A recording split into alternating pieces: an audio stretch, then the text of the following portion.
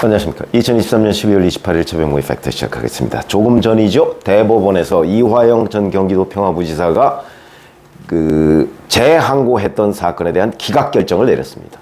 재판부 기피 신청, 거기에 대한 기각이죠. 이거는 처음에 이게 이제 재판을 수원지법 형사 11부 재판장이 신진우 판사인데 1년 정도를 잘 재판을 받다가 갑자기 재판이 끝날 무렵에 재판을 3번 남겨놓고 있었다고 하거든요. 끝날 무렵에 공정성을 잃었다, 이런 핑계를 대서 재판부를 이 재판부에서 못 받겠다, 이렇게 얘기를 했습니다. 그러니까 이제 이게 이제 법률적으로 보면 즉시 기각 이것도 가능한데, 신진우 아마 판사는 그럴 경우에 또 뭐 공정성 어쩌고 하니까 그러지 말고 그냥 여유 있게 즉시 기각하지 않고 다른 재판부에서 한번 판단을 받아봐라. 그래서 수원지법 형사 12부에서 이 부분을 심리를 해서 기각 결정을 내렸습니다.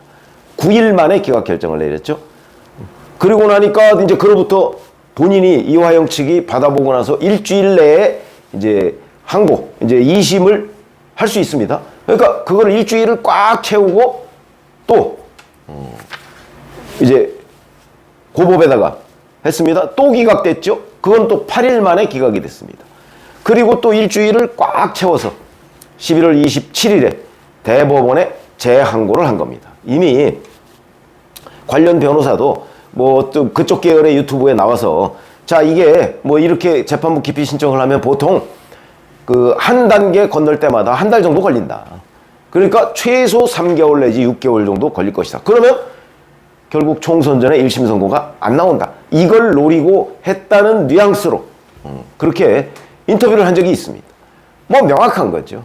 누가 봐도 명확한 건데. 근데 대법원에서 11월 27일 그걸 받아보고 나서 바로 어제까지도 결정을 안 내려주는 겁니다. 무려 한 달이 지났는데 결정을 안 내려주는 겁니다.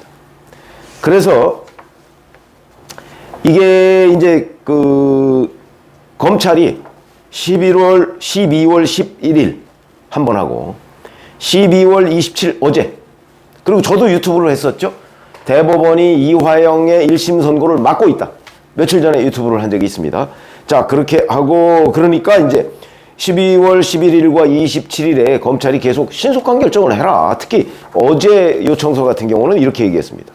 용산 참사, 충북 동지의 사건, JMS 정명석 씨 사건 등 기존에 있던 법관 기피 신청 사례 뭐 이런 걸 쭉 제시를 하면서, 아니 이런 데서도 대개 3주 만에 기각 결정을 내렸는데 이거는 지금 4주가 지났는데 왜 기각 결정을 안 내리느냐. 저는 일종의 여론 환기였다고 봅니다.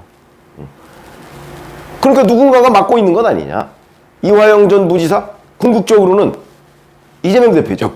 왜? 이화영 전 부지사의 재판은 이재명 대표와 밀접한 관련이 있으니까. 거기에 뭐 개인적으로 받은 뇌물 뭐 이런 거 빼면 대북송금 문제 뭐 이런 게 연관이 돼 있거든요. 그러니까 대북송금 문제에 관해서 이화영 전 부지사가 만약에 실형을 선고받으면, 부지사가 실형 선고받았는데 지사가 그걸 몰랐다는 게 말이 되냐, 이렇게 돼서 이제 바로 연결이 되는 겁니다. 그러다 보니까 이제 이재명 대표 측이 사실은 올해 7월, 8월부터 이 재판을 지연시키기 위해서 온갖 여러 가지의 꼼수를 부렸죠.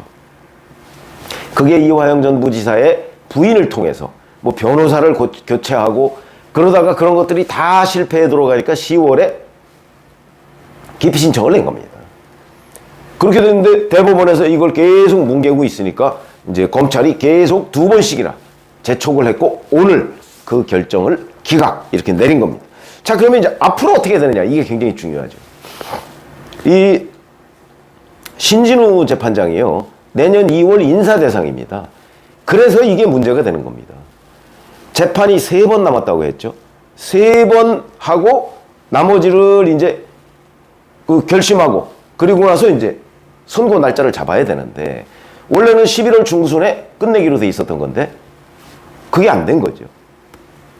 계속 지연되고 이제 재판부 법원이 이번 달하고 다음 주 첫 주가 휴정기간입니다. 연말연시.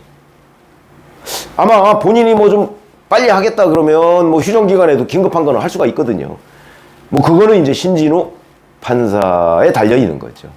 그런데 제가 이리저리 알아본 바에 따르면 신진호 판사는 3번 남았다고 그랬죠. 이 3번 남은 걸 다 재판을 진행할지 아니면 과감하게 증인 숫자 이런 거 뭐 더 이상 들을 필요 없으니까 그 줄이자 해서 그냥 건너뛸지 이거는 현재 불분명합니다. 그러나 분명한 거는 총선 전에 본인의 인사이동이 있기 전에 1심 선고를 내리고 가겠다. 이런 책임감이 있는 자세라는 거죠. 왜 그러냐면 그렇지 않는 걸 한번 생각을 해보시죠. 1년 넘게 재판을 했는데 본인이 심리를 다 끝냈습니다. 그리고 나서 판결문은 다음 수원지법 형사 11부 재판장께서 쓰세요. 그러면 다음 수원지법 형사 11부 재판장은 와서 새로운 사건을 처음부터 끝까지 다시 읽어봐야 됩니다. 남이 다 재판해놓은 결과 문서만 보고 판결문을 써야 되는데 이게 말이 됩니까? 이 부분은 제도적으로 개선할 필요도 있습니다. 그러니까 자기가 재판 다 끝낸 거는 다른 데 가서도 그건 판결문을 자기가 쓰도록 이게 결자 해지 아닙니까? 그냥 상식적으로 얘기하면. 그런데 법원 시스템은 그렇게 돼 있지가 않다고 합니다. 그러니까 지금 신진호 판사에 달려 있는 거죠. 근데 저희가 이제 알아본 바에 따르면 신진호 판사는 1심 선고를 본인이 하고 가겠다. 이런 의지가 있는 것으로. 그러면 이제 오늘 재항고 기각을 했으니까 이제 선고 다음 재판 날짜를 잡든지 아니면 아예 그냥 결심 날짜를 잡든지 이렇게 할 가능성이 대단히 높다. 그렇게 되면 이제 뭐 1월 말이나 2월 초 중순 뭐 김인섭 백현동 관련한 그 재판은 2월 13일에 선고하거든요. 아마 그때까지는 2월 1일쯤에 이제 인사발령이 나고 아마 부임하기는 전인 것으로 보입니다. 그러니까 2월 13일 날 잡아도 충분히 선고가 가능한. 그러니까 그 즈음에 이제 잡아서 선고를 하면 1심 선고가 이화영의 대북 송금에 관한 1심 선고가 나오는 거죠. 그렇게 되면 이게 이제 왜 이재명 대표 측이 계속 이걸 미루려고 하는 게 바로 여기에 핵심이 있습니다. 대북 송금 문제니까. 대북 송금, 이화영이 대북 송금 문제와 관해서 유죄 실형을 선고받으면 당시 부지사와 지사 관계였던 이재명 대표는 치명적이죠. 이재명 대표 아무리 본인이 보고 안 받았다고 그리고 이화영 전 부지사가 그 보고한 부분을 한번 뒤집었죠. 그런데 객관적으로 봐도 부지사가 지사의 방북이나 이런 거와 관련해서 제3자 뇌물죄 뭐 이런 것들을 전혀 몰랐다. 그거는 아무리 판사가 그 사건을 봐주려고 해도 불가능할 것이다. 저는 그렇게 보기 때문에 이재명 대표는 그걸 아는 거죠. 그러니까 이재명 대표도 어떻게든 아예 총선 전에 이에 관한 1심 선고가 나오지 않도록 하려고 아마 이화영 전 부지사 쪽하고 이런저런 소통을 했을 겁니다. 그래서 이제 각종 작업을 한 끝에 여기까지 왔는데 검찰이 노력, 그 다음에 신진호 재판장의 그 의지 이거에 따라서 총선 전에 1심 선고가 내려지게 됐다. 내려질 것으로 보인다. 정확하게 얘기하면. 그러니까 대법원이 결국은 이거를 예를 들어서 1월 언제까지 계속 붙잡고 있으면 총선 전에 뭐 1심 선고하고 싶어도 못하겠죠.